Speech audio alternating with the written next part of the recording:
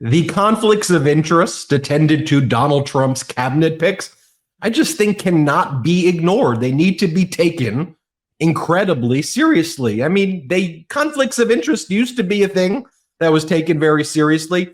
I recall how, let's say, the New York Times treated Obama's nominees back in 2008. Compare that to how corporate media is treating Trump today. You remember this article when Tom Daschle was going to be appointed as the Secretary of Health and Human Services? This was like a big expose by the New York Times. Mr. Daschle, he failed to pay $128,000 in taxes, primarily for personal use of a car and driver provided to him by a private equity firm for which he consulted. Do you think this would even be a story today when Donald Trump's out there selling perfume and cologne, and he's got Vivek Ramaswamy and Elon Musk and RFK Jr. and I could go on and on and on with this cabinet, but I want to bring on Congressmember Ro Khanna. Congressmember Ro Khanna, welcome to the show. I gotta ask you about these conflicts of interest, and you specifically came out with a very strong statement earlier. First, you said, look, I'm open to being a part of this DOJ committee if it means that real credible work is going to be done. But the reporting is out there that you're saying that, look, first, Elon Musk needs to release his finances to avoid conflicts of interest. I don't know if you said first or if they're inextricably intertwined, one or the other, but talk to us about that, because as we've seen Elon Musk yesterday palling around with Viktor Orban at a time that Russia looks fairly weak abroad, people have real issues with Musk. I appreciate you coming out and calling out these conflicts of interest, but I want to hear from you on that. Well, to me, it's pretty obvious and common sense. As a member of Congress, I have to painfully disclose every one of my assets, disclose every month if there's any activity with me or even my wife's assets or wife's assets, which were prior to marriage. And I guess I don't understand why the same rules wouldn't apply to anyone in the federal government. They should apply to both Elon and Vivek. I mean, they're being appointed to a very serious position. They should have financial disclosure, and that is transparency, so people know that their decision making is fair. Congressman, the audience may hear my dogs barking in the background. That's part of the show sometimes, as you hear some dogs barking. Let me ask you this, though. Being appointed to powerful positions, I guess my question there, though, is I understand there's a committee, a special committee in the House of Representatives that will be a DOJ subcommittee, the same way that Republicans created subcommittees and Democrats create subcommittees as well. But this idea of a DOJ department itself, in order for a department to exist and appoint people to department positions, doesn't there have to be like legislation passed and a process, or can anybody, could Biden just say, look, I'm creating the this department or that department? I get the subcommittee part, but what is it that Musk and Vivek are like? What is their actual role? Do you know? My understanding is it's like a commission, and presidents can create commissions all the time. I mean, the commission or a czar to make recommendations, but ultimately that's what they can do. They can make recommendations, and ultimately it goes to Congress, and Congress is not some special DOJ subcommittee, though there is one of those in oversight. It'll go to the regular committees of jurisdiction. So what I've said is, on defense, I do think we should be looking at excessive defense contracting. And if Elon Musk is out there saying that we can cut the defense budget and have stronger national defense, Democrats shouldn't run away from that, because for so many years they've been painting us as weak on defense because we've been saying you can save taxpayer dollars. Now, if you've got Musk saying the same thing, basically, let's see if Republicans actually take him up on that or reject it. But it's a commission. It makes recommendations, and Congress will get to act on them. But even for a powerful commission role, I think you need to have financial transparency. I think where people are concerned is that does this assume that Elon Musk is going to be a good faith actor when he's demonstrated quite frequently, while certainly his businesses are etched into, America now? I mean, you can't deny Tesla's a big business. SpaceX is doing, incredible work. We see the rocket ships, but I think what people are concerned about is he going to be self-interested in just building up his companies? And when you see some of the first things that Vivek Ramaswamy's talking about dealing with are things like the Rivian loan from the Department of Energy, which was similar or the same loan that Elon Musk got. I understand there could be criticisms of, should Elon Musk's company be exempted from kind of California's energy policy? That's a whole other discussion. But what do you say to people, though, who go, Congress member, you're going to be part of Doge, and if you're part of Doge, aren't you just normalizing someone who's demonstrated they're a bad faith actor? What's your response? And I'm sure you've heard that argument. Yeah, no, I appreciate that. I'm not part of Doge. I guess I think it's a misunderstanding of what this is. What this is the president's appointed, or Trump is going to appoint Elon Musk and Vivek Ramaswamy to this commission of making recommendations. Now, I'm on the Armed Services Committee and I'm on the Oversight Committee. I'm not joining some Doge caucus or any particular Doge committee. All I have said is, in my role on the Armed Services Committee and Oversight Committee, if Doge makes recommendations that I agree with, I'm open to those. And those recommendations specifically, I said, is with the cost overruns, with 5 primes in defense. I'm often the lone vote. There's 67 people on that committee. I'm one person who votes no against this bloated Pentagon budget. And I get booed sometimes by Democrats and Republicans alike. And so if Musk can come in and say, there's a monopoly that Boeing and Lockheed are ripping off the American public like they were before SpaceX came in, and we've got to open this up like the Truman Commission did, great. But do I think that there should be financial transparency? Absolutely. Do I think that Vivek should have been talking about a Rivian loan? No. I mean, I think there's got to be clear areas where people have to be sensitive also to a conflict of interest. But I will say this thing about the Democrats, because maybe I'll be a little bit provocative.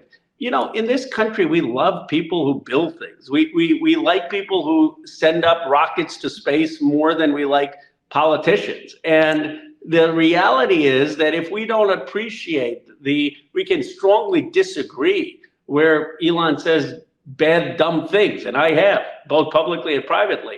But we have to, as a party, be the party that's open to building things and understanding and celebrating that, or we're going to lose out to voters, because even working class, ordinary voters, they like people who build stuff. I mean, at least that's the America I grew up in Bucks County, Pennsylvania. Well, and it's also part of the America you represent in Silicon Valley, and you've seen some of the great American businesses thrive and be built. The way I described it to people yesterday, who we held a Zoom chat on our Patreon, and I was discussing with people, and I said, look, Congressmember Moskowitz, Congressmember Khanna, you know that they're fighters. You've seen them at the hearings. You've seen them on hearings where Republicans have the majority. You see them cross-examining the witnesses.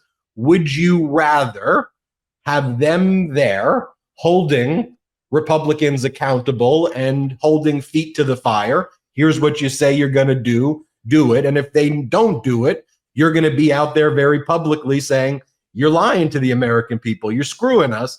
Or I said, would you rather give that seat to a MAGA Republican who can go out on Fox and lie about what's taking place? And when I said, for a show of hands, who would prefer Congressmember Khanna and Moskowitz when I explained it that way, everybody's hands stayed up. And I think that's the context. What you're saying is, and you're already holding them accountable in the sense that you're saying, look, financial records need to be released to ensure that you're not making recommendations that are benefiting yourself. But Congressman, what happens though if Elon Musk or whoever says, Congressmember Khanna, that's great, I appreciate that request, I'm going to politely decline it, and I'm not going. What? How do you use your pulpit and how do you use your power, not in the majority though, to bring attention? Well, we got to keep being vocal and public about it, and keep pushing him on it in hearings, and raising those issues and calling it out. Where in the Rivian loan case, I mean, I don't think Vivek should have commented on that, or Doge should be commenting on things where there's even a perception of a conflict of interest. But the bigger area is, I have said, I went on Sunday this week and I said, I will fight with every fiber of my being if there's a single dollar cut to Social Security, Medicare, or the CFPB, the Consumer Financial Protection Bureau. And I guess I believe I have more credibility when I fight that if Musk or Doge recommends any cuts on those, and they haven't said they are, but if they do, they have said with CFPB, and if that happens, I have more credibility to fight that if I can say, where they were talking about sensible possible reforms, like populating people's taxes so that you don't have to go to H&R Block, I haven't had an open mind. And I guess this is a philosophic debate in the Democratic Party.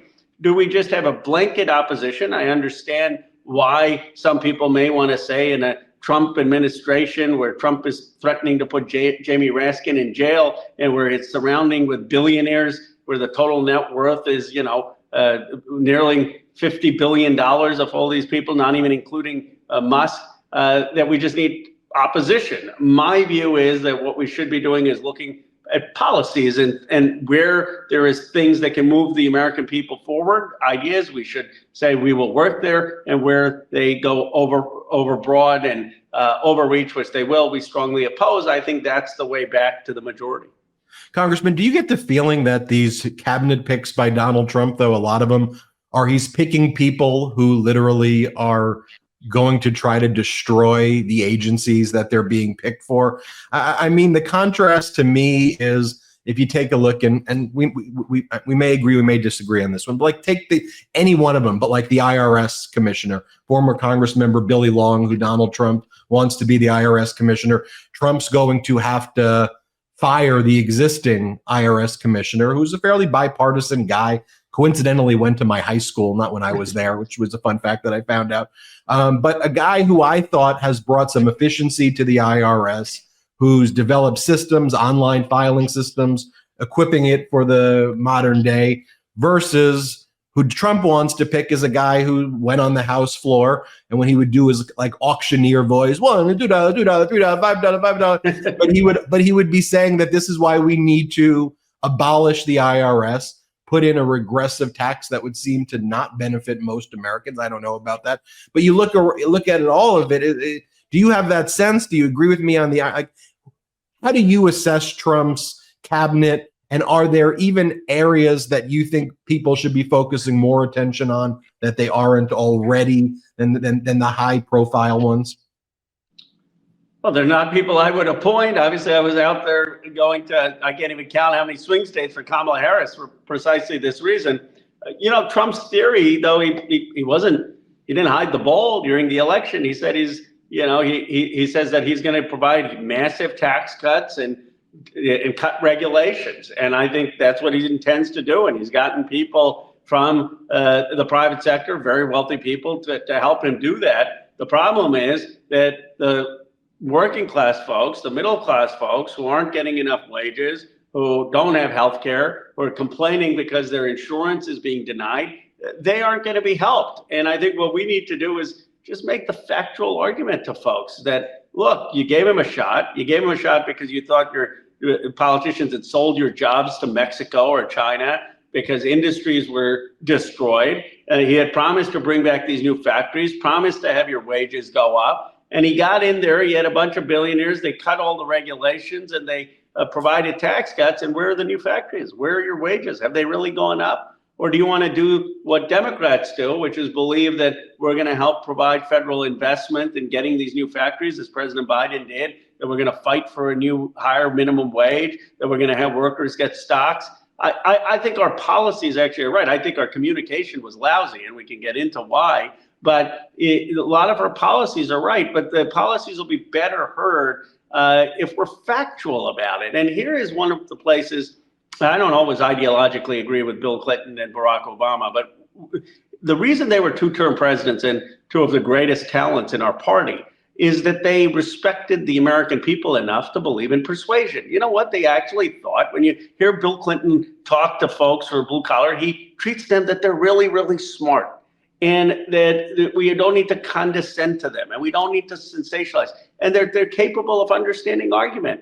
And I believe that. I believe the American people are really smart, and that we should be willing to engage in persuasion and facts. You see, and this is why I love talking to you, even in these kind of grim times, obviously this was not the outcome anybody wanted.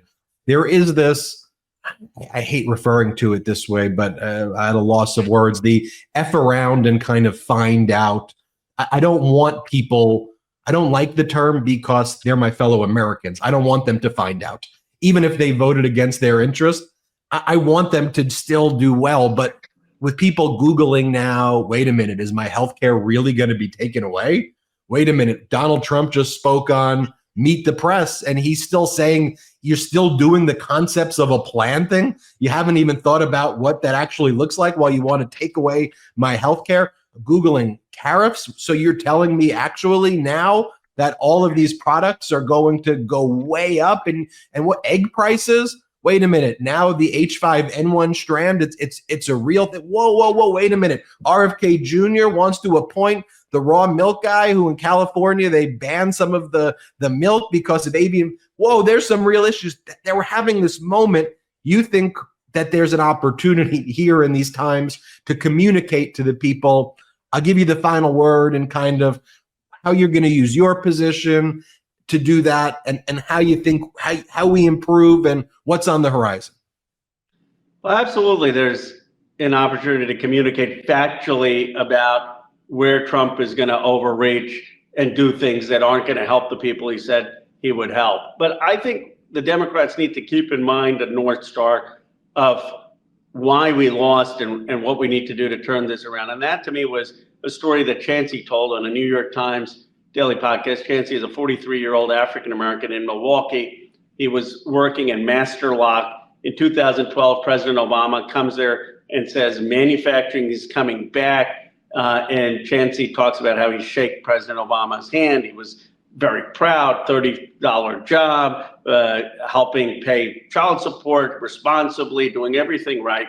2022, this plant shuts down. The jobs go to Mexico. Chancey is unemployed. I just talked to him a few days ago. He's now making 18 or 20 bucks driving a car to deliver prescription pills, can't find a manufacturing job. Chancey doesn't vote in the 2024 election. And I guess my point is the Democratic Party needs to understand, and many do, but needs to speak loudly saying, we understand people like Chancey have gotten a raw deal in this country for 40 to 50 years, that jobs were sold out by politicians for cheap wages, sold away to different countries, that people don't have health care, they don't have the right wages. Yes, Joe Biden got in there to try to fix things, but he was doing it for a few years, trying to overturn 50 terrible policy. And we see you, we hear you, we're going to fight for you. Okay, we understand you. Some of you gave Trump a try because you were so frustrated. Let's see what he delivers. I'm convinced we have a better vision and a better way to deliver for you. And we win them by giving our solutions and our ideas. And, you know, I guess I'm old school. I still believe in persuasion. I still believe you can reach people. I still believe in the thoughtfulness and intelligence of the American public, that I don't think that people are just all swayed by sentiment. You know, that's actually insulting to the American people. We are a great democracy still. I fundamentally believe it. We are a great people. And I think that the problem isn't with the people. The problem is with the product, with the politicians. We got to be better at our persuasion. It's such a great point. And what you said there is a message we say all the time, though. You have to treat Americans as intelligent as they are. And I believe, to your point, Americans are intelligent people, but you also have to let them know that you feel for them, right? I mean, President Clinton was great. Like, I haven't heard Democrats looking people in the eye, to your point, and saying, I hear you. Like, I feel for you. I know what you're going through. I'm going to fight for you. We're in this together. And sometimes Democrats maybe over-intellectualize that and go, oh, they know that. My policies are, you just gotta shake the hands and look them in the eye, right? Exactly. And imagine how someone like Chancey feels when you get all these talking heads. Oh, we lost because there's an information ecosystem bubble. We're basically saying, like, Chancey got all this manipulation into not voting. What about just saying, like, we see why you're upset. We see why you're pissed. We see why you are frustrated. I'd be frustrated too if suddenly they said I don't have a job in Congress and I don't know what to do and it was out of my control, right? And you're taking away his livelihood, his dignity. And we just have to say, we see you, we're going to fight for you, and here's what we're going to do. Yeah, I'm not saying that there isn't an information bubble and distortion and misinformation, but leadership is overcoming those obstacles. We are the most educated as a country we've ever been. Our struggles aren't what John Lewis faced in being beaten up on the Edmund Pettus Bridge. We got to buck up, realize that we've got to do better. We need better communicators, better persuaders, better ability to get out there and have faith in the American people and not sort of blame everything but our own ability to connect. Congressmember Ro Khanna, thank you for joining us. I'd love to have you back more frequently as a guest over the coming months, get your perspective about what's going on in the DOJ committee, hear from you about the plans and policies. And I think you really hit on it right there. So we'd love to have you back. Thank you so much. I appreciate your voice. Everybody hit subscribe. Let's get to 4 million subscribers by the end of this month. Thanks for watching. Real quick, Meta just changed their algorithm to suppress political content. Please follow our Instagram at MeidasTouch right now as we head towards 400,000 followers so you don't miss a beat.